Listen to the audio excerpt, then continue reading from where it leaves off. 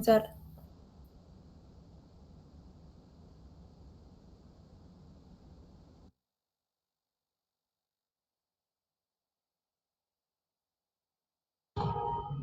Perfecto, gracias.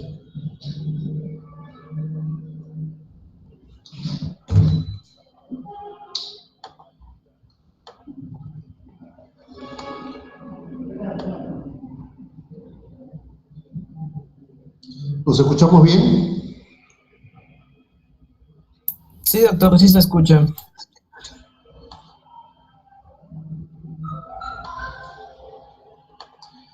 Genial, gracias. La clase de hoy, buenas tardes con todos. Para los que no me conocen, soy el doctor Félix Carrasco, cirujano, eh, cirujano del servicio de trasplante hepático del Hospital Almenara y especialista en cirugía de hígado y vías biliares y páncreas. El tumor o la clase de hoy es básicamente sobre tumores hepáticos, benignos y malignos. Vamos a dividirlas en dos. Vamos a hablar unos 20-25 minutos de los tumores benignos y el resto del tiempo de los tumores malignos. Y enfatizar en algunos conceptos que ustedes deben conocer. No voy a entrar en grandes detalles, pero sí algunos conceptos que ustedes deben conocer. Como todo, como en toda patología tumoral, buscamos una clasificación. Los tumores benignos se van a dividir en tumores sólidos y tumores quísticos. De los tumores quísticos hay una clase específica de lesiones quísticas del hígado, así que no vamos a enfatizar en ellos, nos vamos a quedar con los tumores sólidos. De los tumores sólidos tenemos, según el origen, los nacidos en células epiteliales, básicamente dos, los más importantes. Hiperplasia nodular focal y adenoma hepatocelular. Y los originados en las células mesenquimales. Es decir, en el hígado hay dos grandes tipos de células, las epiteliales, que son los hepatocitos, y de los hepatocitos se originan el adenoma y la hiperplasia nodular focal, es decir, son tumores que tienen básicamente hepatocitos, el adenoma y la hiperplasia nodular focal, células epiteliales. Y las otras son las células del tejido conectivo del hígado, del tejido mesenquimal. ¿Qué tejido conectivo hay en el hígado? Adiposo, músculo liso, vasos sanguíneos, células endoteliales. Del tejido adiposo tenemos los lipomas, del músculo liso los leiomiomas, de los vasos sanguíneos los hemangiomas y del tejido endotelial el mesotelioma. ¿Ok? De todos, los más frecuentes, como digo, de los epiteliales, la hiperplasia nodular focal y el adenoma hepatocelular. Y de los mesenquimales, el hemangioma. Hay algunos tumores mixtos, especialmente en población pediátrica, los teratomas y los amartomas. ¿Okay? No son tan frecuentes, son más frecuentes en niños, por eso no los vamos a tratar ahora. Los tumores benignos hoy en día se van haciendo muy frecuentes, pero se hacen frecuentes ahora, en esta época, no porque hoy haya más tumores benignos que antes, sino porque hoy disponemos de más imágenes. Y hacemos imágenes mucho más seguido que antes. Y es que las imágenes están mucho más disponibles hoy que antes. Antes de hacerse una tomografía era muy raro y hacerse una resonancia pues mucho más. Hoy en día hacemos muchas más tomografías y muchas más resonancias por cualquier razón. Y encontramos de manera incidental un tumor que estaba ahí asintomático. Diagnosticamos más, pero no es que haya más, simplemente estamos descubriendo lo que antes no descubríamos. Por tanto, la mayoría de tumores benignos son asintomáticos, son hallazgos en una imagen. Doctor, tengo un dolor inespecífico en la fosa ilíaca derecha, le pedimos una tomografía para estudiar la fosa ilíaca derecha y encontramos una lesión benigna en el hígado. Eso es un hallazgo. El paciente no viene por esa clínica. ¿Okay? Por tanto, hasta el 10% de nuestra población puede tener tumores benignos, pero generalmente son asintomáticos y se descubren de manera incidental. Los estudios, por tanto, que descubren estas imágenes son imágenes, ecografía, tomografía o resonancia. Como les digo, habitualmente son asintomáticos y raramente dan clínica. Si dieran clínica, básicamente es un dolor tipo pesadez.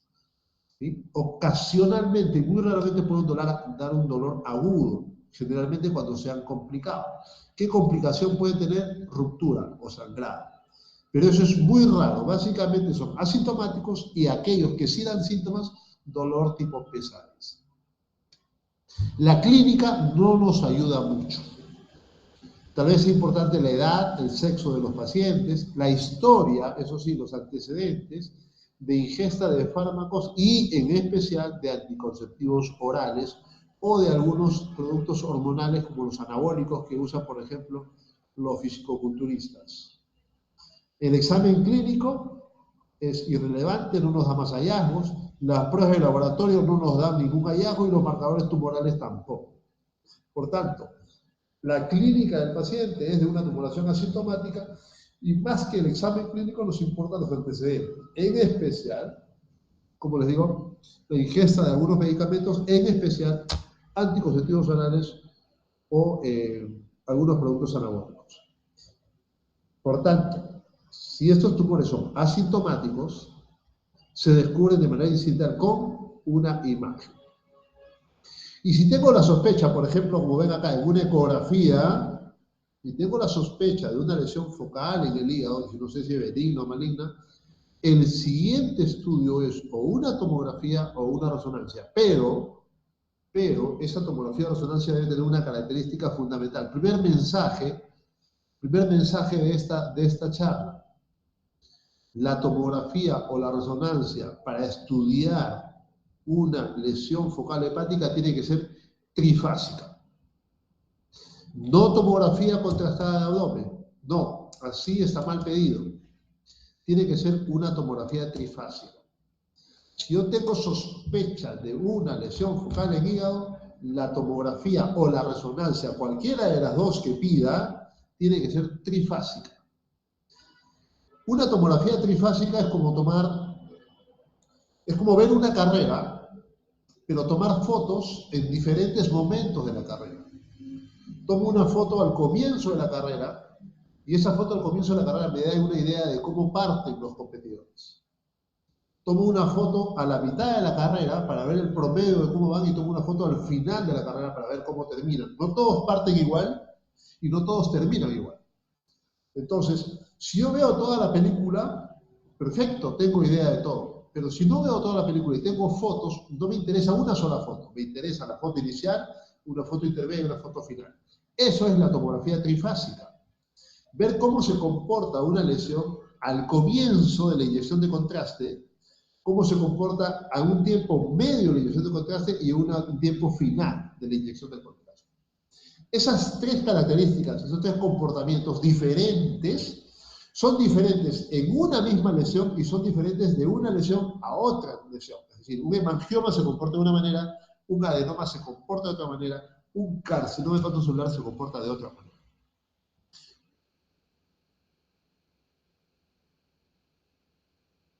¿Cómo analizo la diferencia entre todas? Portal y fase venosa. Fase arterial, fase portal y fase venosa. Así puedo caracterizar bien cualquier lesión focal hepática. Por tanto, insisto, primer mensaje de esta charla, que el estudio de la lesión focal hepática se hace con una tomografía o una resonancia trifásica. Algunos le llaman también dinámica. Cualquiera de las dos es un término válido, trifásica o dinámica. Dinámica porque no es una sola foto, son varias secuencias de fotos para ver cómo se comportan las lesiones. Conclusión, el estudio y el diagnóstico definitivo de una lesión focal hepática, una imagen dinámica o trifásica. La biopsia para el diagnóstico ya casi no se usa. Está contraindicada, es más, está contraindicada en algunas lesiones, especialmente las hipervascularizadas, como los hemangiomas, los hemangioendoteliomas, o inclusive si tengo dudas si es un tumor maligno, porque podría hasta sembrar el tumor. Por tanto, la biopsia se hace hoy en día en muy contadas ocasiones, se hace hoy en día de manera muy excepcional. Las imágenes han mejorado tanto que podemos llegar al diagnóstico sin necesidad de biopsiar, sin necesidad de tener una muestra histológica. Conclusión, segundo mensaje, la biopsia hoy en día no tiene rol en el diagnóstico y solo se haría en casos muy contados de mucha duda. Vean ustedes esta imagen. En los años 90, el 87% de los tumores benignos se operaban. al inicio de los años 2000, la mitad se operaban y la mitad no se operaban. A finales del 2010, el 20% se operaban y el 80% no se operaban. En la época actual, solo un 10% de los tumores benignos se operan y un 90% no se operan. ¿Cómo ha cambiado la estrategia y el comportamiento nuestro frente a los tumores? En los años 90, casi el 90% de los tumores vistos y diagnosticados se operaban. Y hoy en día, casi el 90% de los tumores vistos y diagnosticados no se operan. ¿Y por qué no se operan? Porque son benignos. Porque tenemos la certeza de que no van a malignizar. Por tanto, a pesar de que uno pueda decir, pero mira, antes hacíamos cirugía abierta y ahora con la laparoscopía el trauma es menor, sí. La diferencia entre una cirugía abierta y una laparoscópica es solamente el abordaje. Abordo el abdomen con una incisión pequeña, con una incisión grande o con una mini incisión, pero es solo el abordaje. Pero la indicación de operar o no operar un tumor no depende del tipo de abordaje, depende del tumor, si requiere o no cirugía. Y un tercer concepto de esta charla es que los tumores benignos del hígado no se operan. No se operan. Hemos cambiado de la época en que diagnosticábamos y los operábamos todos a una época actual en la que, como concepto, los tumores benignos del hígado no tienen indicación de cirugía. Hace 30 años, el 90% se operaban y el 10% se observaban. Hoy, el 90% se observan y solo el 10% se opera. Pero entonces usted dice que no se operan porque hay un 10% que sí se opera. Bueno, ese 10% son excepciones. ¿Cuándo sí podríamos operar un tumor benigno? Cuando los síntomas son muy marcados. De pronto el tumor es grande, tengo una hemangioma y es muy grande y le produce dolor persistente, o tengo un adenoma que es muy grande y produce dolor persistente, sí. Si da síntomas básicamente de dolor, bueno, ni modo, tendremos que operar por aliviar de los síntomas al paciente, no por la presencia misma del tumor. ¿Ok? Los síntomas están en virtud del tamaño del tumor. Hoy en día se dice que un tumor es gigante cuando es mayor de 10 centímetros. Si tenemos un tumor mayor de 10 centímetros y tiene síntomas, se opera. Si tengo un tumor mayor de 10 centímetros y no tiene síntomas, podría no operarse porque es benigno. Si el tumor crece en el tiempo. Tengo una paciente que tiene un hemangioma que hace 10 años medía 3 centímetros. Hace 6 años medía 7 centímetros. Y hace un año medía 10 centímetros. En el tiempo fue creciendo. Y era una mujer joven, ella tenía 37 años y un tumor de 10 centímetros. Iba a seguir creciendo y ya le producía síntomas. El crecimiento del tumor sí podría ser una indicación de trasplante, perdón, de cirugía. La duda diagnóstica, si yo no tengo la capacidad, a pesar de hacer una buena tomografía trifásica, de pronto le hice una siguiente imagen, una buena resonancia trifásica o dinámica, y no puedo sacarme la duda de si es benigna o es maligna, pues se opera. Porque no me puedo sacar la duda si es benigna o maligna. ¿Puedo hacer biopsia? Sí, podría hacer biopsia. En esos casos raros podría hacer biopsia. Pero si me queda la duda, podríamos indicar la cirugía. Solo si tengo dudas si es benigna o maligna. Como digo, el 90% de las imágenes con una buena tomografía o una buena resonancia o la sumatoria de ambas, llego al diagnóstico sin necesidad de biopsia. Existiría un 10% donde me queda la duda si es benigno o maligno. Bueno, esos casos podrían operarse. Cuando una lesión se complica, la lesión que más frecuentemente se complica es el adenoma. ¿Y cuál es su complicación principal? Sangrado. Si esa lesión se complicó y sangró y se rompió el tumor y el paciente hace un hemoperitoneo, por supuesto que tengo que operar. Pero también podría sangrar dentro del tumor mismo y producir mucho dolor. Esa complicación, sangrado, se convierte en indicación de la cirugía. No el tumor mismo, sino la complicación del tumor. ¿Ok? Y algunas situaciones especiales como las mujeres gestantes que las vamos a ver. Todo esto, síntomas, tamaño del tumor, crecimiento, duda diagnóstico, complicaciones, todo esto suman apenas un 10% de casos que sí podrían operarse. El 90% de casos no se deben operar. Bien, entonces son los tres conceptos generales que resalto para ustedes ahora. Primero, que la mejor imagen, estos son habitualmente tumores asintomáticos, la mejor imagen es una tomografía o una resonancia dinámica. La biopsia ya no juega un rol en el diagnóstico, bastan las imágenes para hacer un diagnóstico muy certero de hasta el 90%.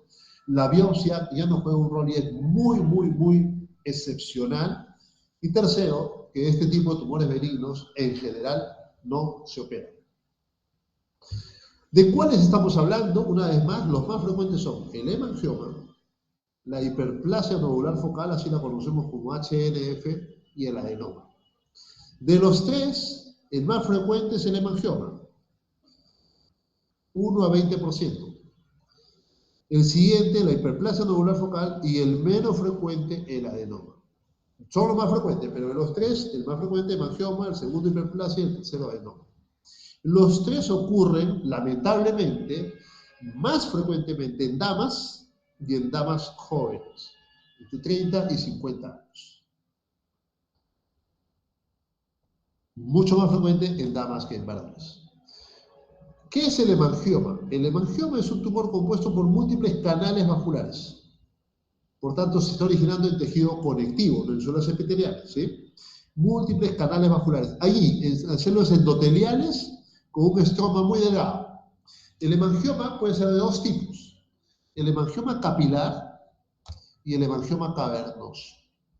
El hemangioma capilar es un tumor muy pequeñito.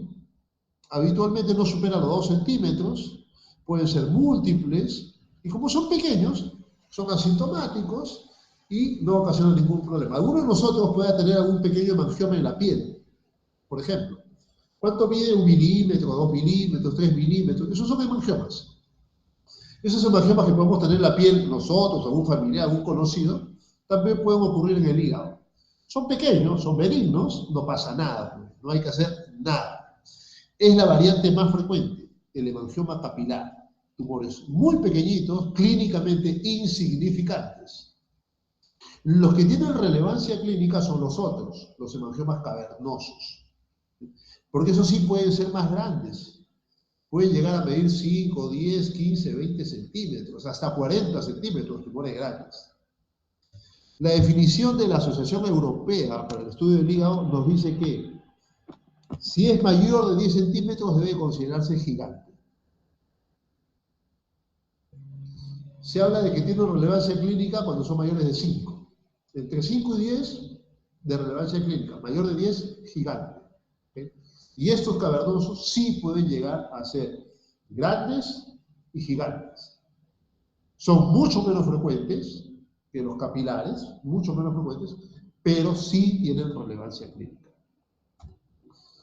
¿Cómo se comportan con una tomografía? Vean ustedes. Sin contraste veo una masa allí, no la delimito bien. En fase arterial se empieza a pintar la periferia como copos de nieve, como nódulos, y luego, en la medida que pasa el tiempo, en la fase portal se va pintando más y en la fase venosa más aún. En resumen es así. Sin contraste no capta nada. En la fase arterial, la periferia, luego se va pintando más y luego más. Captación de contraste periférica, nodular y en sentido centrípeto, es decir, de afuera hacia adentro, típico de un hemangioma. No se van a olvidar nunca. Vean ustedes una resonancia. Captación periférica y de afuera hacia adentro, centrípeto. Vean la resonancia. El nódulo y la captación periférica, fase arterial. Fase portal, se va pintando más de afuera hacia adentro y fase venosa se sigue pintando más de afuera hacia adentro. Si hiciera una fase más tardía, probablemente se pinte todo. Así se comporta un hemangioma. Si yo veo esto, digo, esto es un hemangioma, es un tumor benigno. Si no tiene gran molestia al paciente, no se opera. Pero es grande, sí, pero es benigna. Si no tiene gran molestia, no se opera. ¿Cuál es la duda del hemangioma? Y eso ha generado mucha discusión, pero finalmente ya se aclaró. La duda es que un hemangioma, como es un tumor de vasos sanguíneos, se pueda romper. Y entonces esta publicación muy interesante, publicada en el año 2016, nos muestra un seguimiento de de 1067, más de 1000 pacientes con hemangioma, 1000 pacientes con hemangioma. Vean, de 1000 pacientes, solo en 5 pacientes ocurrió ruptura tumoral. De 1000, solo en 5 pacientes. O sea, no es el 5%, no, es el 0.5%. O sea, menos del 1% tuvo ruptura tumoral. Entonces, esa famosa preocupación de que un hemangioma se puede romper, no lo es tanto. Menos del 1%, sufre ruptura tumoral. Y cuando se analizó a estos 5 pacientes que tuvieron ruptura tumoral, ¿qué se vio? Que los que se rompieron eran mayores de 10 centímetros. Es decir, un hemangioma menor de 10 centímetros no me debería preocupar. Solo me debería preocupar los mayores de 10 centímetros. ¿Ok? Y además de esas 5 rupturas de hemangiomas, 4 estaban localizados en zonas periféricas y 1 en localización central. En conclusión, de todos los hemangiomas, quienes me deberían tal vez preocupar, que no necesariamente tienen que operarse, son aquellos hemangiomas que son mayores de 10 centímetros y de localización periférica. Vean esta lámina. Aquí hay 2 hemangiomas, uno de localización central y uno de localización periférica. Este hemangioma no se va a romper, ni por tamaño ni por localización. Este hemangioma de acá podría sí romperse, si es mayor de 10 centímetros porque es periférico. Entonces, si este paciente, digamos, trabaja de manera sedentaria, su labor es de oficina, no hace gran esfuerzo físico, ¿tiene riesgo de que se rompa? No. Si este paciente es boxeador, si este paciente es deportista de competencia, si este paciente es luchador, basquetbolista, alguna ocupación militar en la que esté expuesto al trauma físico, sí, podría romperse. Mayor de 10 y localización periférica. Entonces, si este paciente tiene ese riesgo, podría indicarse la cirugía. Caso contrario, no tendría que operarse. ¿Qué es lo que se hace? Se enúclea. Vean, se enúclea el hemangioma. Hay un plano de separación entre el tumor benigno y el hígado y se enúclea el hemangioma. La cirugía, cuando esté indicada, que son muy pocos los casos, una vez más, sería la hemangiectomía o la enucleación del hemangioma. Puede ser por vía abierta o puede ser por vía laparoscópica. El segundo tumor benigno es la hiperplasia nodular focal. La hiperplasia nodular focal es un tumor de origen epitelial y por tanto contiene hepatocitos. ¿Ok? Y es una respuesta, como su nombre lo dice, una hiperplasia secundaria a una anomalía vascular. Todo se origina aquí al medio con una anomalía vascular que condiciona que en respuesta a esa anomalía vascular hay una hiperplasia, es decir, como que crece un higadito dentro del hígado. Ese higadito dentro del hígado tiene todo, tiene células epiteliales y tiene células conectivas, tiene hepatocitos, tiene células de Kupffer, tiene vasos sanguíneos, tiene epitelio biliar, tiene todo. Es un higadito dentro del hígado. Hiperplasia nodular focal, como consecuencia de una anomalía vascular. Y la vamos a ver así. El centro, aquí hay una anomalía vascular y crece nodulitos hepáticos dentro del hígado. Y aquí se ve mejor en la macroscopía. Al centro, la anomalía vascular y empiezan a crecer alrededor nodulitos hiperplásicos dentro del hígado. Un higadito nodular dentro del hígado. Conceptos, son lesiones absolutamente benignas. Riesgo de sangrado o no lo tienen o es mínimo. Yo diría sin riesgo de sangrado. ¿Se malignizan? No, no se malignizan. Y generalmente son asintomáticos. Por tanto, si es benigno, si no va a sangrar, si no se maligniza y es asintomático, no se opera.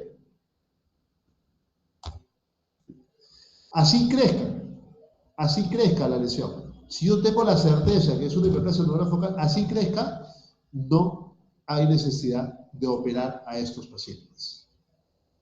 ¿Cómo se comportan radiológicamente? Vean qué interesante.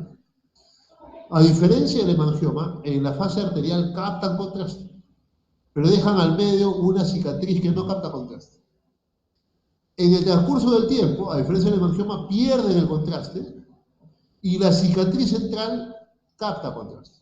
El tumor que captó contraste lo pierde y la cicatriz central que no captaba la gana. Vean ustedes. Aquí se sospecha una lesión, fase arterial, el tumor capta contraste, la cicatriz no.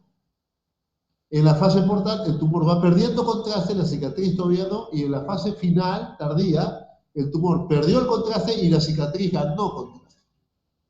Comportamiento típico de una hiperplasia nodular focal. Con una buena tomografía trifásica o con una buena tomografía, resonancia trifásica, puedo caracterizar bien a una hiperplasia nodular focal.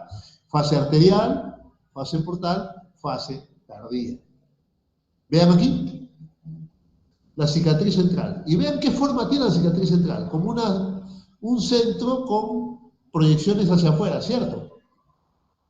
Un centro con proyecciones hacia afuera. Esto es lo que se conoce como el signo de la rueda de carreta. Acuérdense ustedes. El centro de una rueda y sus proyecciones hacia afuera, los rayos, ¿sí? El signo de la rueda de carreta. El signo de la rueda de carreta es muy típico de la hiperplasia nodular focal. Esto de acá. Radiológicamente vemos el centro y estas imágenes de acá son las proyecciones hacia afuera, que me van a dar el signo de la rueda de carreta. Si esa cicatriz central, esa rueda de carreta, capta contraste en el tiempo, más criterio para decir esto es una hiperplasia nodular focal. Vean ustedes, una resonancia. Fase arterial, el tumor capta contraste, la cicatriz central no. Fase venosa, fase portal, el tumor pierde el contraste. Fase tardía, el tumor perdió el contraste y la cicatriz ganó contraste, captó contraste. Típico de una hiperplasia nodular focal, sea en tomografía o sea en resonancia. Además, como les decía, todo se origina en ¿qué? Una anomalía vascular. Hasta un 20% de casos vamos a ver un vaso grande que entra a la lesión. Un vaso grande, ese es el origen de la hiperplasia nodular focal. Un vaso, vean el grosor de los vasos aquí en esta imagen. Finos, en la periferia del hígado las arterias son muy finas. Aquí no, llega una arteria grande. Aquí se originó la hiperplasia nodular focal, en una anomalía vascular central. Entonces, es benigno, no se maligniza, no sangra, habitualmente asintomático, no hay por qué operar. ¿Cuándo sí tendría o podría operarse? Cuando me queda la duda. Y no sé si es una hiperplasia nodular focal, o de pronto es un adenoma, o de pronto es un carcinoma hepatocelular, cáncer de hígado. Cuando me quede la duda, allí sí podría pensar en operar. Pero allí podríamos pensar antes de operar alguna biopsia. Solo en esa condición, en que yo tengo duda con mis imágenes de si es benigna o es maligna, solo en esa condición pensamos en operar al paciente. Perdón, en operar o en biopsiar. ¿Sí? ¿Qué dicen las guías? Las guías del año 2016 de la Asociación Europea para el Estudio del Hígado nos dice que si yo tengo una buena tomografía y no tengo una certeza diagnóstica, hago una resonancia. Si a pesar de eso tengo dudas, hago una ultrasonografía contrastada, una ecografía contrastada. Si a pesar de eso hay dudas, hago una biopsia. Completo mis imágenes, incluyendo hasta una ecografía contrastada. Y si a pesar de todo eso hay dudas, hago una biopsia. Si la lesión es mayor de 3 centímetros. Si la lesión es menor de 3 centímetros, nada, la observo. Si es mayor de 3 centímetros y hay dudas, biopsia. ¿Okay? Entonces, solo en esos casos podría biopsiar o podría operar, cuando hay duda diagnóstica y no puedo descartar una enfermedad tumoral. Cuando se opere, vamos a ver este tipo de lesiones, pero recordar que sí, ante la duda podemos operar, pero recordar que el concepto principal, el concepto básico, que este tipo de lesiones no deberían llegar a una cirugía. Y la tercera lesión, que tal vez sí nos puede dar un poco de problemas, la tercera lesión benigna es el adenoma hepático. Es un tumor benigno. De los tres es el menos frecuente. Se desarrolla a partir de hepatocitos. Tiene origen epitelial, ¿recuerdan? ¿Qué significa origen epitelial? Se origina a partir de hepatocitos. Y también contiene células de Kupffer. ¿Okay? Está asociado al consumo de fármacos y básicamente anticonceptivos orales, fármacos hormonales. Y obviamente los anticonceptivos orales son productos hormonales. ¿Ok? Muy importante, por tanto, si veo a una dama o a un varón que tiene una lesión sospechosa de un adenoma, preguntar por la ingesta de productos hormonales.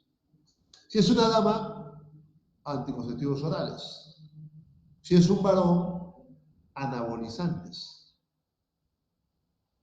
Pero también hay etapas fisiológicas o fisiopatológicas que producen aumento de las sustancias hormonales. Una de ellas, el embarazo. Algunas fisiopatológicas, como algunos desbalances de hormonas endógenas, ¿ok? Como el síndrome ovario poliquístico, por ejemplo. ¿Lo recuerdan? ¿Sí? Algunas enfermedades metabólicas, como la glucogenosis, también producen un desbalance hormonal. Y la obesidad. La obesidad también produce desbalances hormonales. Entonces, ante esos pacientes, preguntar esos antecedentes. Uso de productos hormonales, anticonceptivos, anabolizantes, algunas enfermedades asociadas que produzcan estos desbalances, como el ovario poliquístico, enfermedades metabólicas como la glucogenosis, la misma obesidad. Estos pacientes tienen riesgo de hacer adenoma, pero básicamente lo más frecuente, como decía, mujeres jóvenes, anticonceptivos, mujeres jóvenes en edad fértil, anticonceptivos orales. ¿Cómo se comporta un adenoma? Se parece a la hemangioma, pero se parece a la hiperplasia nodular focal, de que capta contraste en fase arterial y luego lo pierde. Y luego lo pierde. Pero no hay cicatriz central. Si hay cicatriz central, hiperplasia nodular focal. Si no hay cicatriz central, el adenoma hepático.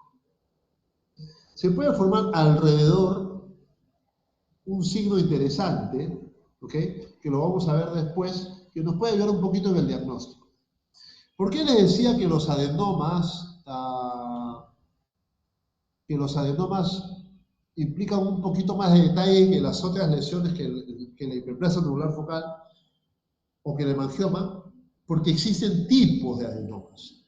Y estos tipos de adenomas son importantes para definir el diagnóstico y la terapéutica. En realidad, ahora se establecen hasta 6 tipos de adenomas. Nosotros no vamos a complicarnos y vamos a hablar de los 4 tipos básicos o principales.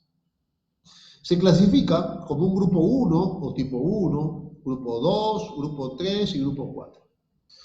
El grupo 1 se asocia a una mutación genética que es llamada la mutación del factor nuclear de los hepatocitos o llamado HNF1.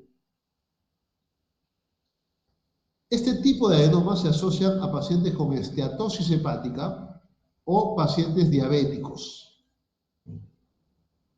Es un tumor que tiene muy bajo riesgo de complicarse, de sangrar o de malignizarse. ¿Ok? El grupo 1, que es el más frecuente, no, es el segundo más frecuente, perdón, ¿ya? Asociado a una mutación genética al factor nuclear de los hepatocitos, que se origina en hígados habitualmente esteatóxicos, tiene esteatosis, este mismo tiene grasa, tiene esteatosis, en pacientes diabéticos y con muy bajo riesgo de malignizarse.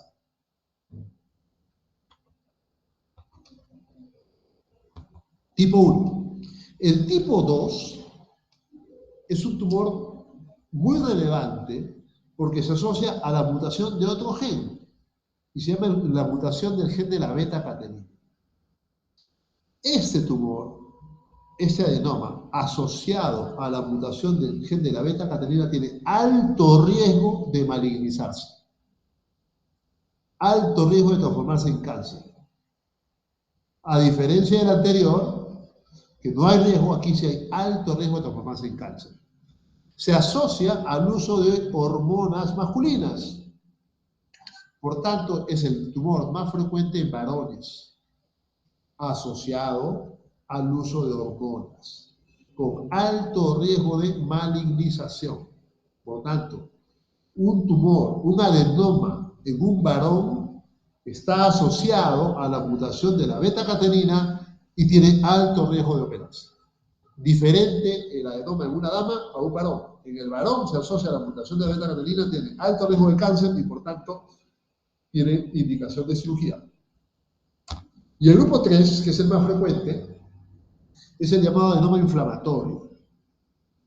Puede, 10% de los casos, asociarse a la mutación de la beta-catenina, pero básicamente tiene un infiltrado inflamatorio, por eso se llama inflamatorio, un infiltrado inflamatorio, y al tener ese infiltrado inflamatorio, es muy frágil y tiene riesgo de romperse. Por tanto, los inflamatorios tienen riesgo de ruptura. Grupo 3. Los asociados a la mutación de la beta-catenina, grupo 2, tienen riesgo de neoplasia. Y el grupo 1, asociado a la mutación del factor nuclear de los hepatocitos, no tiene riesgo ni de romperse ni de sangrar. En consecuencia, si yo diagnostico un adenoma, tengo que hacerme la idea o llegar a un diagnóstico más avanzado y decir, ¿será del grupo 1 o el tipo 1, del tipo 2 o del tipo 3? El grupo 4 es un inespecífico, es una mezcla de varias cosas, no nos confundamos. Pero tengo que saber de cuál de ellos se trata. Si es un varón, ya sé que es del grupo 2, alto riesgo. Si es una dama, tengo que intentar diferenciar si es del grupo 1, sin riesgos, o del tipo 3 con riesgo de sangre. Los más frecuentes, como les digo, son los inflamatorios, en damas con riesgo de sangrado, ¿sí? Los segundos en frecuencia, los asociados a la mutación del factor nuclear de hepatocitos, que no tienen riesgo ni de sangrar, ni de cáncer, y los terceros en frecuencia, los asociados a la mutación de la beta-catenina en varones y con alto riesgo de cáncer, de malignización. ¿Ok? Entonces, como concepto, los asociados a la mutación de la beta-catenina a alto riesgo de malignidad en varones, los inflamatorios a alto riesgo de sangrado y los asociados a la mutación del factor nuclear de hepatocitos bajo riesgo, ni de sangrado ni de malignidad. Y así nos diferenciamos, vean la histología. Grupo 1, grasa, esteatóxicos. Adenomas con mucha grasa, grupo 1, me despreocupo, me quedo tranquilo. Adenomas con infiltrado inflamatorio y con algunas zonas de sangrado, grupo 3, benigno pero con riesgo de sangrar. Y a los otros son los asociados a la mutación de la beta-catenina, que hago un marcador inmunohistoquímico para ver ese marcador de malignidad. Vean aquí, la resonancia nos ayuda mucho, en estos casos más que la tomografía. Existe una secuencia de resonancia que se llama una secuencia dentro y fuera de fase. En la secuencia dentro de fase no veo diferencia del tumor con el hígado. En la secuencia fuera de fase le quito la grasa al tumor y la veo muy bien con respecto al hígado. Entonces, la presencia de grasa en el adenoma me dice, adenoma con grasa, ¿cuál es? Grupo 1. Entonces, adenoma con grasa del grupo 1, me despreocupo, está asociado a la mutación del factor nuclear de los hepatocitos y no tiene ni riesgo ni de sangrar ni de malignidad. Por tanto, me quedo tranquilo. Una resonancia me ayuda a caracterizar ese adenoma. Si yo hiciera una biopsia, que no lo voy a hacer, encontraría un adenoma con mucha grasa, con mucho infiltrado de grasa. Me quedo tranquilo. Pero vean ustedes este adenoma. No tiene grasa y se forma alrededor, en la periferia, una imagen como un halo. Se llama el signo del atolón. El atolón, ustedes saben, es un accidente geográfico que ocurre en algunas islas, ¿sí? Habrán escuchado ustedes el famoso atolón de Mururúa. Bueno, se produce el signo del atolón. Ese signo del atolón en la periferia de un hemangioma de un adenoma me sugiere que es un adenoma inflamatorio y por tanto tiene riesgo de sangrado. Aquí se ve en la periferia el signo del atolón. ¿Y qué veo? Un adenoma con infiltrado inflamatorio y al ser inflamatorio es frágil y con riesgo de sangrar. ¿Y qué es el sangrado? Es esto. Sangre dentro del tumor, sangrado intratumoral. En la histología, coágulos de sangre dentro del tumor, sangrado intratumoral. Pero el adenoma inflamatorio puede sangrar hacia adentro, pero también puede sangrar hacia afuera. Y el paciente o la paciente puede llegar a la emergencia con dolor abdominal y en shock hipovolémico, en shock hemorrágico, porque el adenoma no sangró solo hacia adentro, sino puede sangrar hacia afuera. Por tanto, los adenomas inflamatorios sí tendrían riesgo de sangre. Un concepto más es que los adenomas en el tiempo, si se asocian a un fármaco, por ejemplo, anticonceptivos orales, y yo suspendo el anticonceptivo oral, el adenoma puede regresionar, sin hacerle nada más que suspender el factor de riesgo. ¿Cuál es el factor? El producto hormonal, ¿cierto? ¿Ok? Lo suspendo. Si el adenoma es secundario al uso de un producto hormonal farmacológico, ¿cuál es la terapia inicial? Suspenderla. Vean ustedes, un adenoma grande, y al suspender el anticonceptivo hormonal tiende a desaparecer. Por lo tanto, primera terapia ante el diagnóstico de un adenoma es verificar si toma productos hormonales, y si los toma, los suspendemos. Sea un adenoma del tipo 1 o del tipo 3, vean, como un adenoma grande, al suspender, desaparece. Por tanto, la primera medida terapéutica al diagnosticar un adenoma es saber si usa anticonceptivos y saber si usa un producto hormonal. Y por tanto, suspender ese producto hormonal es la mejor terapia para un adenoma. En conclusión, ¿cómo enfocamos los adenomas? Si es un paciente adenoma en un paciente varón, es un adenoma del tipo 2, asociado a la mutación del gen de la beta-catenina. Es en un varón, tiene alto riesgo de cáncer y por tanto se opera. Adenoma en un varón se opera. Alto riesgo de cáncer porque se asocia a la mutación de la beta-catenina. Sin dudas, adenoma en varón se opera. Si es en una dama, la primera medida terapéutica, suspender el anticonceptivo oral. ¿Cuánto lo suspendemos? Por lo menos 6 meses.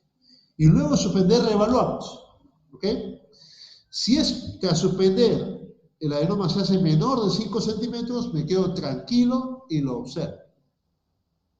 Si tras suspender el anticonceptivo oral no bajó de tamaño, sigue siendo mayor de 5 centímetros o aumentó de tamaño, en esos casos defino si es una lesión periférica, ¿sí? Puede ir a cirugía porque es grande. No mejoró con la suspensión de anticonceptivos, es mayor de 5 centímetros y si es periférica, podría ir a cirugía. Si la lesión es central, ya la cirugía es más traumática. Está dentro del hígado, un adenoma al medio del hígado. La cirugía sería muy traumática. Si es central, hacemos una resonancia. Si la resonancia muestra que hay grasa, quiere decir que es del tipo 1 y por tanto no tiene ni riesgo de malignidad ni riesgo de sangrado. Por tanto, se observa. La resonancia me ayuda a ver si hay grasa o no hay grasa según tú. Si no tiene grasa, tengo que hacer una biopsia para ver si esa lesión tiene la mutación de la beta-catenina. Si tiene la mutación de la beta-catenina, en la biopsia se opera. Y si no tiene la mutación de la beta-catenina, se observa. En general, este es el enfoque de los adenomas. A diferencia de la hiperplasia nodular focal o del hemangioma, es un poquito más complejo, ¿sí? Adenoma en el varón se opera, adenoma en las damas depende del uso de anticonceptivos, que hay que suspenderlo, depende del tamaño, luego de suspender los anticonceptivos, depende de la presencia de grasa o no. ¿Por qué nos interesa diferenciar un adenoma en una dama? Porque tengo que ver si hay riesgo o no de sangrar. Si no hay riesgo de sangrar, es un adenoma graso del tipo 1, me quedo tranquilo. Pero si es un adenoma inflamatorio, sí puede haber riesgo de sangrar, por tanto tengo que caracterizarlo mejor. Y para terminar esta parte de tumores benignos, hay situaciones muy especiales que son aquellos casos de adenomas en mujeres o en damas en edad fértil. ¿Por qué? Porque el sangrado, la complicación de un adenoma, que es el sangrado, si ocurre en una dama en edad fértil o en una dama en gestación, puede ser muy grave. Puede ser muy grave. Los adenomas en la gestación son un reto terapéutico. ¿Por qué? Porque durante la gestación ocurre una gran producción hormonal que pueden hacer que el adenoma que estaba estable pueda crecer o pueda, por ese gran influjo hormonal, pueda sangrar.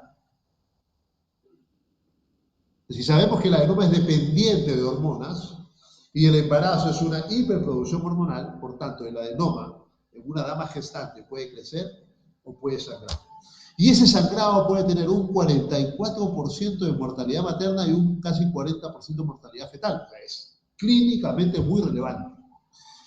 El adenoma en una dama que está gestando o desea gestar es de una preocupación muy importante para el médico tratante. Si el adenoma es menor de 5 centímetros, uno dice que la dama podría embarazarse. Si es menor de 5 centímetros, no se restringe el embarazo, podría embarazarse con control ecográfico cada 3 meses para ver si el adenoma creció. Pero si el adenoma es mayor de 5 centímetros, ¿no? O ya tuvo el adenoma y tuvo una complicación previa al embarazo, lo mejor es operar antes que la paciente se embarace. Es decir, si nos llega una dama que tiene un adenoma menor de 5 centímetros y quiere tener nenes, tranquila, puede embarazarse, pero hay que hacer el control ecográfico del adenoma. Pero si una dama que tiene un adenoma mayor de 5 centímetros se quiere embarazar, va a tener alto riesgo de crecimiento, de sangrado y de mortalidad materna y fetal. Por tanto, si el adenoma es mayor de 5 centímetros y una dama quiere embarazarse, lo mejor es operar antes del embarazo. Por eso hablaba de una condición especial. Bien, doctores, ahí termino. Con respecto a tumores benignos, hacemos una pausa. ¿Alguno de ustedes quiere hacer alguna pregunta con respecto a tumores benignos para luego pasar a los malignos?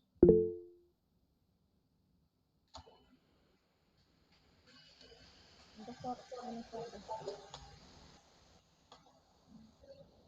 ¿Me Sí, escucha? escucho, sí. Sí, Pueden sí. preguntar por esta vía o pueden escribir también las preguntas si desean. Ajá, ya, doctor. Sí, si la causa del tumor o el factor desencadenante del tumor es el anticonceptivo oral en mujeres, ¿sería prudente hacer como una prevención, doctor, de controles ecográficos en una mujer que consume estos anticonceptivos o no? Sí, por supuesto. Por eso es que el anticonceptivo oral es un medicamento que debería ser indicado por un especialista. Pero antes de iniciar el uso de anticonceptivos orales, se recomienda hacer una ecografía y un perfil hepático. Antes de iniciar. Y a las pacientes que usan los anticonceptivos, hay que hacer el seguimiento ecográfico y perfil hepático. O sea, no es que sea inocuo el uso de anticonceptivos. Por supuesto que hay que usarlo. Está bien, tiene la finalidad. El beneficio es muchísimo mayor que el riesgo. Pero la recomendación antes de iniciar un anticonceptivo oral es hacer un perfil hepático y una ecografía. ¿Se imaginan ustedes el riesgo al que podemos estar sometiendo al indicar un anticonceptivo oral a una paciente que tiene un hemangioma, perdón, un adenoma de 6, 7 centímetros y nosotros no sabemos y le indicamos anticonceptivo y como consecuencia de ese uso anticonceptivo el paciente puede sangrar, se puede romper y se puede morir? ¿Por qué? Porque no le hicimos una ecografía antes de indicar el anticonceptivo. Por tanto, la recomendación es hacer un perfil hepático y una ecografía antes de empezar el tratamiento. Si la paciente no tenía el adenoma antes de empezar el tratamiento, nos quedamos tranquilos, podemos hacer un control en 1 año, 2 años. Pero si tenía el adenoma, lo ideal es no usar anticonceptivo oral. Pero si a pesar de tener el adenoma lo usa, hay que hacer un seguimiento ecográfico porque esa lesión puede crecer o puede sangrar.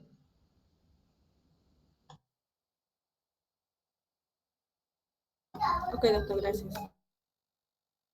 Doctor, yo tenía una consulta acerca de... Usted mencionó que cuando, como un algoritmo, ¿no? Que en un adenoma como mujer, que en la mujer se suspendían los anticonceptivos orales y se mantenía observación, pero ¿por cuánto tiempo, doctor?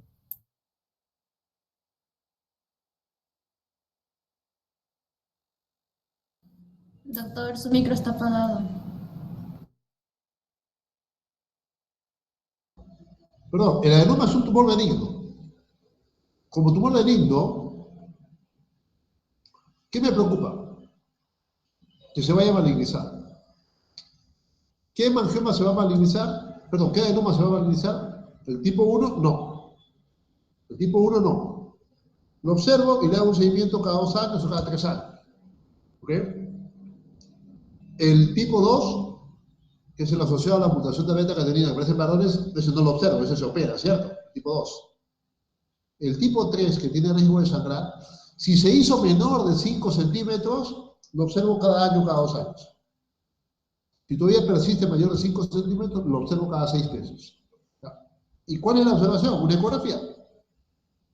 Una ecografía para ver el comportamiento de la lesión. Entonces, ¿cuánto tiempo? Habitualmente un lapso de 5 años. En algunos cada 3 meses y en otros una vez al año, como seguimiento del adenoma. Pero ¿en cuál le pongo énfasis? Básicamente en el que tiene riesgo de sangrar. Porque el que no tiene riesgo de sangrar, no hago mayor énfasis. En el que es del grupo 2, que es la mutación de beta-catenina, no lo observo, lo opero.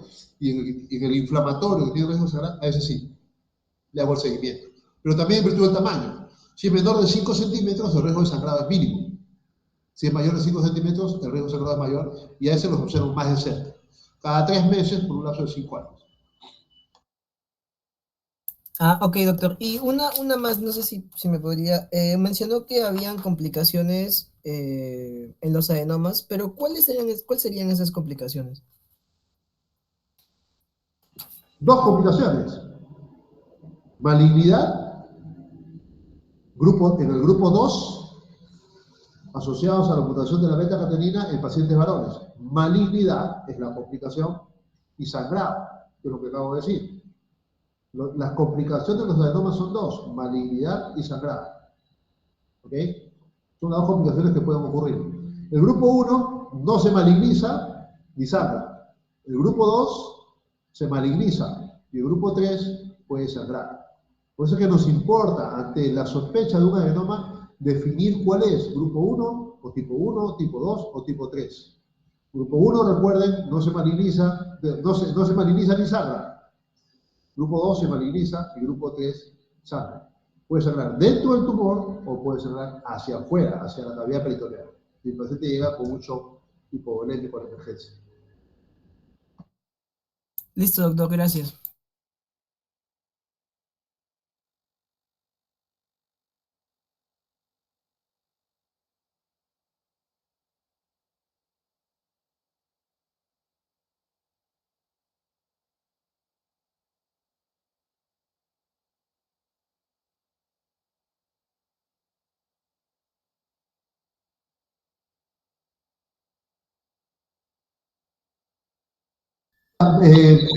Creo que no tenemos mucho tiempo, ¿no?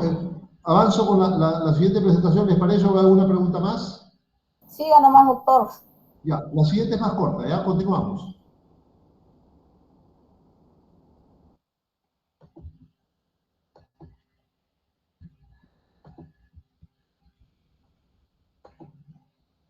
Los tumores malignos, así como empezamos los benignos, también se clasifican según dónde se originen. Y la clasificación es similar. Solo que acá los dividimos en primarios y secundarios. Primarios son los que se originan en el hígado, pero también hay tumores malignos que vienen de otro sitio y se sienten en el hígado. Son los secundarios, también llamados metástasis. ¿Cierto? De los primarios, como los tumores benignos, igual. Tenemos los de origen epitelial y los de origen mesenquimal. Exactamente igual. Epitelial derivados de los hepatocitos. El tumor más frecuente derivado de los hepatocitos es el carcinoma hepatocelular, también conocido como hepatocarcinoma, en los adultos. Y el tumor más frecuente derivado de los hepatocitos en niños se llama hepatoblastoma. ¿Qué otras células de origen epitelial hay en el hígado? De origen epitelial son dos, los hepatocitos y las células de los conductos biliares, los colangiocitos. Por tanto, de los hepatocitos, carcinoma hepatocelular en adultos y hepatoblastoma en niños. Y cuando se derivan de los colangiocitos, colangiocarcinoma. Colangiocarcinoma. Cáncer de vesícula biliar no precisamente está en el hígado, pero hay un tema adicional de ustedes para hablar de cáncer de vesícula biliar. Por tanto, vamos a hablar básicamente del carcinoma hepatocelular y del colangiocarcinoma. De origen mesenquimal, aquellos que se originan en los vasos sanguíneos se llamarán angiosarcoma. ¿Sí? Aquellos que se originan en el tejido graso, liposarcoma. El tejido fibroso, fibrosarcoma. El tejido muscular liso, leiomiosarcoma.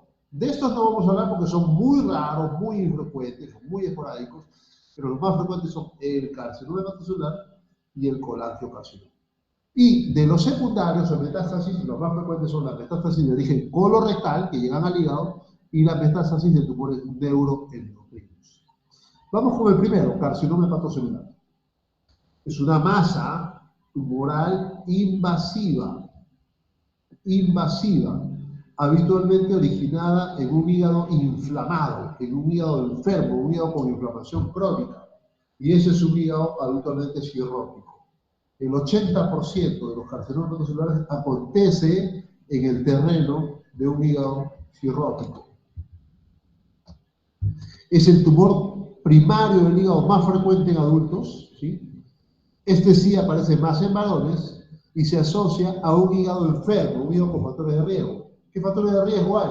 Hepatitis viral, virus B o virus C, el antes llamado NASH o llamado más fendido MAFLD, asociado a síndrome metabólicos, el hígado graso asociado a síndrome metabólico, algunas enfermedades como la hemocromatosis o la hepatopatía alcohólica producen inflamación persistente del hígado, y la inflamación persistente del hígado lleva a displasia y luego a neoplasia, carcinoma hepatocelular.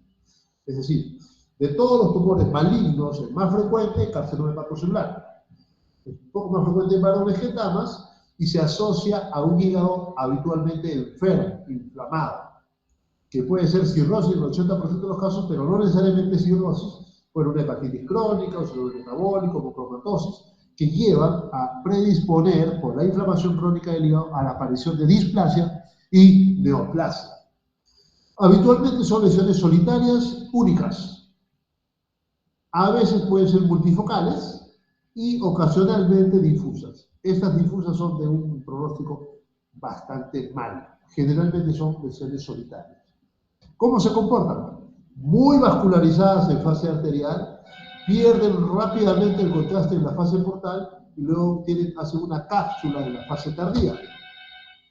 Vean, sin contraste, fase arterial, como captan el contraste, fase portal, van perdiendo el contraste, pero vean afuera, la periferia, y vean acá cómo se genera una especie de cápsula. No es una cápsula real, es una pseudocápsula. Acá una vez más, otra tomografía. Sin contraste, en fase arterial captan rápidamente el contraste, muy rápidamente. En fase portal empiezan a perder el contraste y en la fase venosa una cápsula, una pseudocápsula. Este comportamiento de captación rápida en fase arterial, de lavado en la fase portal y la formación de una pseudocápsula es característica de un carcinoma hepatocelular. Por tanto, una vez más, así como las imágenes benignas de tumores benignos, en tumores malignos, una buena tomografía o una buena resonancia son en el 90% de los casos suficientes para decir, ah, este es un tumor maligno, sin necesidad de biopsia. Puede ocurrir un tumor que se llama carcinoma hepatocelular, una variante fibrolamelar. Ocurre habitualmente en pacientes jóvenes, sin necesidad de haber cirrosis. Estos ocurren en hígados no cirróticos. Le decía que el carcinoma hepatocelular ocurre en el 80% de los casos en el contexto de un hígado cirrótico, inflamado. La variante fibrolamelar ocurre en pacientes más jóvenes y en hígados no cirróticos. No se conoce bien por qué, pero son tumores que pueden crecer muchísimo, ¿okay? Pueden tener hasta una cicatriz central y confundirse con una hiperplasia nodular focal, tienen cápsula, ¿ya? Pero ocurren en hígados no cirróticos. Si yo tengo un paciente joven con un tumor compatible con carcinoma hepatocelular en un hígado no cirrótico, debo pensar en esta variante fibrolamelar.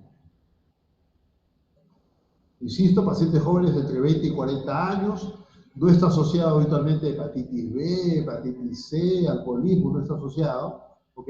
Pero se pueden confundir con la hiperplasia nodular focal. Vean aquí. Esta imagen, tratar de contraste, y aquí una imagen que parece una escala central. ¿Cierto? Ah, sí, se puede confundir. Pero la hiperplasia nodular focal no capta así el contraste. ¿Me quedan dudas?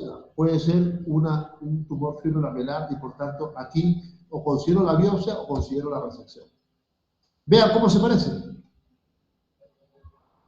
El carcinoma, el carcinoma, el hepatocarcinoma fibrolamelar y la hiperplasia nodular focal se parecen mucho.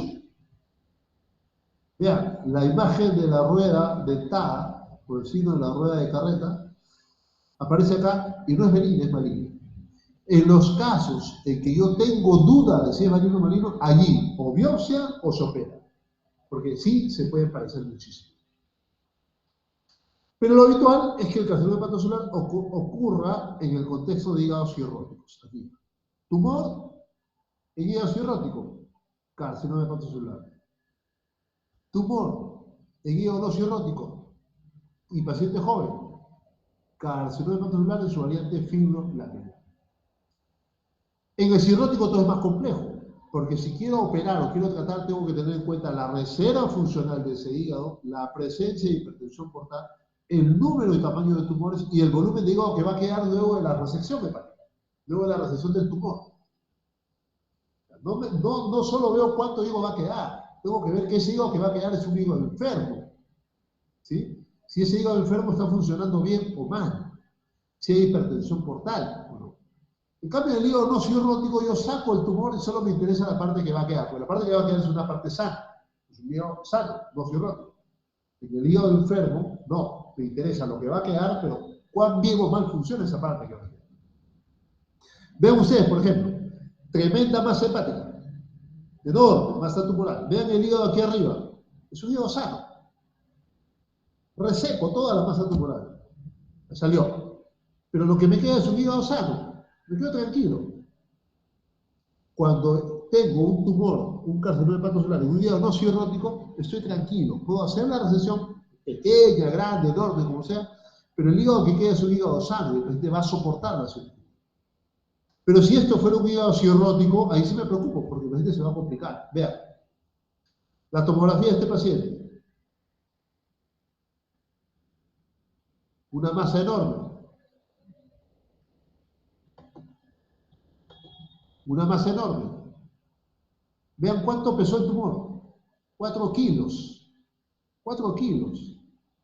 Vean el hígado que les queda. Es un hígado sano. El paciente tolera la cirugía. Por tanto, carcinoma hepatocelular en hígado sano, tengo muchas opciones de operar al paciente y de curar al paciente. Reseco una masa enorme de 4 kilos y el hígado que queda, al ser un hígado sano, va a soportar, va a tolerar la cirugía.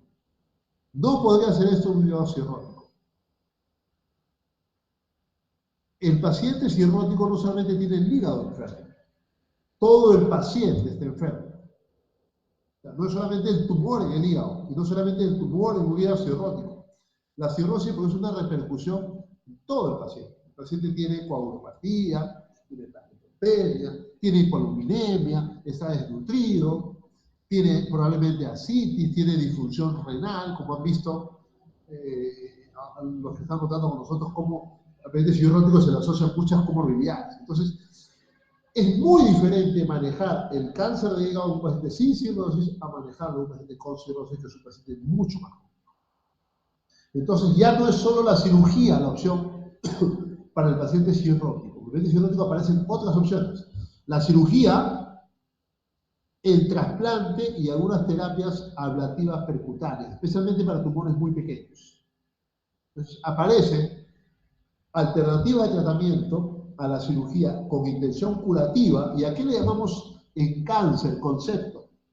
¿A qué le llamamos en cáncer intención curativa? A toda aquella estrategia terapéutica que nos ofrezca una sobrevida de por lo menos 50% a 5 años. Es lógico que una neoplasia maligna, ¿sí? Un paciente con neoplasia maligna no va a vivir 5 años. No va a vivir 5 años. Entonces, cualquier estrategia terapéutica que me ofrezca una sobrevida para un paciente con neoplasia maligna de 5 años a más se llama estrategia con intención curativa. No es que lo cure para siempre, no es que el paciente va a vivir 30 años después, no.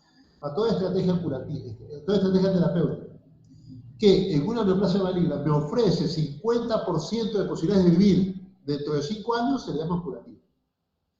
En carcinoma hepatocelular tenemos terapia con intención curativa, la cirugía en pacientes con carcinoma hepatocelular y cirrosis, la cirugía, el trasplante o terapias ablativas. En los pacientes que ya están muy avanzados, ya van otras opciones, quimioembolización o nuevos agentes quimioterápicos. Pero vean ustedes, la sobrevida es 40-50% a 3 años y 10% hasta 5 años. Pues ya no tienen intención curativa, estas tendrán intención paliativa. Y aquellos que están muy avanzados, ya no, ni curativa ni paliativa, solo terapia sintomática. Por tanto, en el paciente con cáncer de hígado y cirrosis, sin cirrosis lo opero. Con cirrosis, contemplo, si voy a una terapia con intención curativa, para los que no están muy avanzados, a una terapia con intención paliativa para los que están avanzados, y para los que están muy avanzados ya ni siquiera curativa ni paliativa, solo tratamiento sintomático. ¿Cuántos pueden ir a intención curativa? Apenas un 20%. ¿Quiénes van a intención curativa? Los tumores menores de 5 centímetros, como ven acá. ¿Okay? Depende del tamaño, el número de lesiones, la localización, la reserva funcional hepática, la presencia de hipertensión portal, porque el cirrótico tiene hipertensión portal, y las comorbilidades. ¿Y qué tenemos? Si comparamos desde intenciones curativas la cirugía versus el trasplante, ¿qué vemos? Con trasplante, sobrevida 80%, con cirugía 40%. Con trasplante, sobrevida 75%, con cirugía 54%. 88 versus 40%. 60 versus 20%. 84 versus 44%. ¿Qué conviene? ¿Qué me ofrece mejores resultados? El trasplante.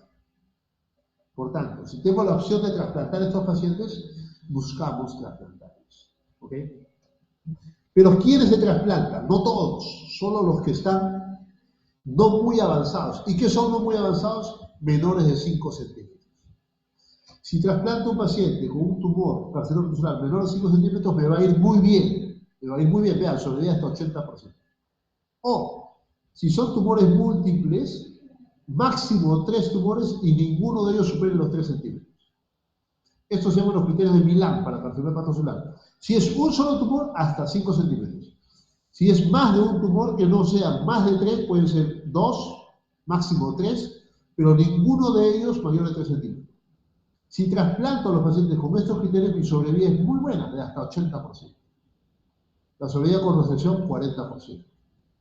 Por tanto, podemos trasplantar a los pacientes con buenos resultados, pero si yo quiero ampliar estos criterios y decir, no, ¿por qué hasta 5? ¿Por qué no mejor operamos hasta 6.5? Y otro dice, mejor, ¿por qué no hasta 7 centímetros? Podemos ampliar los criterios, pero vean ustedes, en la medida que yo amplío los criterios, la sobrevida se cae. La sobrevida se cae. Y cuanto más lejos quiera ir, la sobrevida se cae. Por tanto, tengo muy buenos resultados tratando tumores pequeños, hasta 5 centímetros. Yo puedo ofrecer trasplante de un tumor de 6, de 7, de 8, sí, puedo ofrecer. Pero la sobrevida a 5 años se va a ir cayendo. Es lo que se llama la teoría del metro ticket. Cuanto más lejos quieras ir, más caro vas a pagar tu viaje. Y ese más caro se traduce en menos sobrevida para el paciente. Y el otro problema de trasplantar a los pacientes es que las listas de espera para trasplante están saturadas. Muchos pacientes esperando trasplante. Si los puedo operar, los opero. Quisiera poner a todos en la lista de espera, quisiéramos. Pero la lista de espera está saturada. Y a esta lista de espera saturada, ingresar más pacientes, pues es imposible porque no se vuelve una alternativa real. En conclusión, si comparamos resección con el trasplante, aparentemente el trasplante es mucho mejor. Aparentemente es mucho mejor.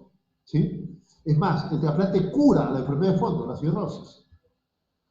Pero tenemos escasez de órganos. Los criterios son muy restrictivos, el trasplante es muy costoso, hay que usar inmunosupresión y no se hace en todos los centros. Por tanto, el trasplante es una muy buena opción, pero en la realidad no necesariamente es la mejor opción. ¿Qué se hace? Se combina, primero opera un paciente y si reaparece, lo trasplantamos. Para concluir, los tumores primarios del hígado, el colangiocarcinoma. Ya no se origina en las células hepáticas, en los hepatocitos, sino se origina en los colangiocitos. En los colangiocitos, ¿ok? Tumores de la vía biliar. Básicamente hay dos tipos. Los tumores intrahepáticos, colangiocarcinomas intrahepáticos, y los colangiocarcinomas de la confluencia del conducto derecho con el izquierdo, ahí donde confluyen, se llaman los colangiocarcinomas periliares, ahora se llaman así. Y existe un tercer tipo menos frecuente, los distales. Colangiocarcinomas dentro del hígado, intrahepáticos, los colangiocarcinomas periliares y los distales. ¿Cuáles son los más frecuentes? Los periliares. ¿Cuáles son los segundos en frecuencia? Los intrahepáticos y luego los colangiocarcinomas distales. Los intrahepáticos, a su vez, se van a dividir en tres. Los que forman una masa que se parecen al carcinoma hepatocelular, los que infiltran la vía biliar y los que protruyen dentro de la vía biliar. Y aquí está. El formador de masa, 84% de los casos, el que infiltra la vía biliar, 5% de los casos, y el que protruye dentro de la vía biliar, menos de 3% de casos. Ustedes recuerdan el cáncer de colon. El cáncer de colon derecho es proliferante, no estenosa. El cáncer de colon izquierdo es estenosante, estrecha, estenosa, produce obstrucción. Más o menos así. El infiltrante, estenosa, produce obstrucción, y el intraductal es el que protruye células. ¿Okay? Por tanto, dentro de los colangiocarcinomas intrahepáticos tenemos tres tipos: el formador de masa, el infiltrante y el de crecimiento intraductal. El más frecuente de todos es el formador de masa. Y además puede dar metástasis intrahepática. Colangiocarcinoma formador de masa, pero da metástasis intrahepáticas. Lamentablemente es un colangiocarcinoma muy avanzado y muy probablemente ya no tenga opción de cirugía. El otro colangiocarcinoma es el periliar, se origina en la confluencia de los conductos biliares y al comprometer la confluencia dilata la vía biliar izquierda, la vía biliar del segmento 4, la vía biliar derecha en sus segmentos anterior y posterior. Vean aquí, una masa justo en la zona periliar, el colangiocarcinoma periliar. ¿Ok? ¿Son más difíciles de tratar que el carcinoma hepatocelular? Sí, son más difíciles. La única opción probable es la cirugía en casos tempranos y consiguiendo una resección completa. ¿Okay? Hay que preservar parénquima, hay que preservar buen flujo de entrada, buen flujo de salida, y aquí dependemos básicamente de factores técnicos, para que los cirujanos nos podamos preparar para resecar este tipo de tumores que son difíciles, y también, obviamente, de la biología tumoral. Por tanto, en un colangiocarcinoma tenemos que tomar una decisión difícil entre lo que yo puedo hacer y lo que yo debo hacer. No puedo arriesgar mucho para no complicar al paciente, pero trato de arriesgar lo suficiente como para curarlo. Pero cuando arriesgo mucho, complico al paciente. Entonces, la tasa de éxito o de falla depende mucho de la preparación de los cirujanos. Y la última tumoración hepática son los tumores hepáticos secundarios, no los primarios, aquellos que se originan en el hígado, carcinoma hepatocelular o colangiocarcinoma, no. Los secundarios que vienen de otros sitios. ¿Cómo le llamamos? Metástasis. El hígado es el órgano que más metástasis alberga, y luego el siguiente es el pulmón. Pero el hígado alberga metástasis de muchos lugares, ¿sí? Y por tanto es un lugar frecuente de metástasis. Las más comunes, colon. Las más comunes, colon. Dentro de los órganos abdominales, páncreas, estómago y neuroendocrinos. También pulmones, también mamas. Metástasis al hígado. ¿Okay? En estos casos nos sirve un examen adicional, que es el PET. No lo usamos mucho para carcinoma hepatocelular, no lo usamos para los tumores benignos, no lo usamos tanto para colangiocarcinoma, pero para metástasis sí, nos ayuda muchísimo, porque me ayuda a ver las lesiones en el hígado, pero también me ayuda a ver dónde está el primario. Yo no sé, tengo muchas lesiones en el hígado, pero no está el primario. El PET me ayuda a ver las lesiones en el hígado, pero además me ayuda a ubicar el primario. El PET, por tanto, es un estudio muy frecuente de la tomografía con emisión de positrones. La tomografía con emisión de positrones es muy importante para los estudios de la metástasis hepáticas. Hay de diversos tamaños, hay de diversos comportamientos. Por ejemplo, vean aquí, lesiones muy pequeñitas hipovasculares. Acá se ve mejor. Característico de la metástasis colorectales. Pequeñas, múltiples hipovasculares. Aquí también. Ya más grandes y múltiples, pero hipovasculares. Por ejemplo, cáncer de páncreas. Pero aquí también puedo tener las hipervasculares. Típico de los tumores neuroendocrinos, por ejemplo. Entonces, las metástasis pueden ser muy variables, ya no tienen un patrón típico. Algunas hipovasculares son más características de una, otras hipervasculares más características de otras, pero no siguen un patrón. ¿Ok? Tumores múltiples, secundarios, y nos tenemos que echar a buscar el origen. Para la búsqueda del origen, insisto, ayuda muchísimo la tomografía con emisión de positrones. Si es de origen colorectal o si es de origen ovárico, hoy día son considerados tumores de comportamiento intermedio, no muy agresivos. Podemos resecar todos los tumores, vean. Metastasectomías múltiples. ¿Por qué? Porque los tumores colorectales y ovarios hoy responden bien a quimioterapia. Y por tanto, si yo logro sacar todos los tumores, el paciente puede ir muy bien con quimioterapia. El tratamiento de las metástasis colorectales, vean, es sacar todos los tumorcitos. Y con eso el paciente puede lograr muy buenas alternativas terapéuticas. Bien, doctores, concluyo. Yo que trabajo en trasplantes, les llevo y les pido a ustedes que vayan a su casa y repliquen este mensaje en sus clases, en sus casas, en sus grupos. Me ayuden a replicar este mensaje. Cuando una persona fallece, esos órganos tienen solo dos destinos. O se van a un ataúd, que es literalmente un tacho de basura, o se van destinados a una persona, adulto, pediátrico, que están sufriendo una enfermedad crónica en espera de ese órgano. Están viviendo una enfermedad terrible, o mejor dicho, que están muriendo con una enfermedad terrible, hepática, cardíaca, pulmonar, renal, esperando un órgano que si no los donamos se van a un tacho de basura. Cuando una persona fallece, esos solo tienen dos destinos. O van a un ataúd, que es un tacho de basura, o son destinados a aquellos que están en listas de espera, esperando una opción de vivir con un trasplante. Bien, les agradezco su atención y si hay alguna pregunta, quedo a disposición si es que todavía hay algo de tiempo. Ese es mi correo, por si acaso, si alguno de ustedes quiere comunicarse conmigo. Bien, gracias. Muchas gracias, doctor. Gracias, doctor. Gracias, Gracias, doctor. doctor. Buenas tardes. Gracias, doctor. Hasta luego. Bendiciones. Gracias a ustedes.